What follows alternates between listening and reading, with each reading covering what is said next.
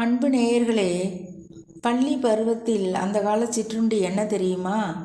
மாலையில் வீட்டிற்கு வந்தவுடன் பொரிமாவில் வெல்லம் சேர்த்து சூடான பாலுடன் உருண்டை பிடித்து வைத்திருப்பார்கள். பெரும்பாலும் இது அதிகமான நாட்கள் தொடரும். சுலபமான வேலை, ஊட்டமும் வேறு. சில நேரம் இட்லி அரைக்கும்போது அரிசி மாவை கொஞ்சம் எடுத்து முறுக்கு குழலில் வைத்து பிழிந்து தேங்காய் வெல்லம் கலந்து வைத்திருப்பார்கள்.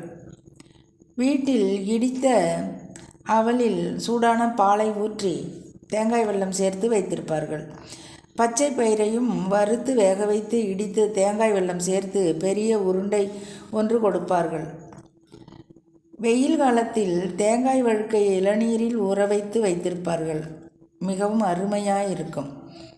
மழை காலங்களில் பொரிமாவு உருண்டை கொடுக்க மாட்டார்கள், வயிற்றுப்போக்கு வந்துவிடும் என்று.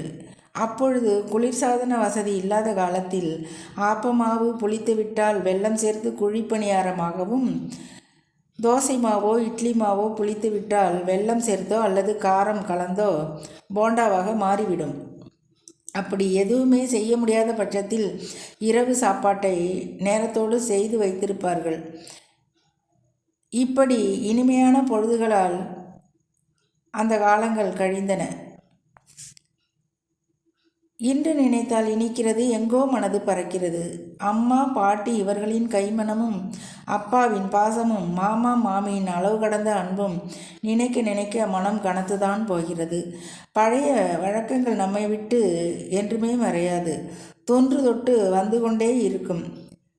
எத்தனை நவநாகரிக உலகில் வாழ்ந்தாலும் நம்மை விட்டு இவைகள் எப்பொழுதுமே மறையாது.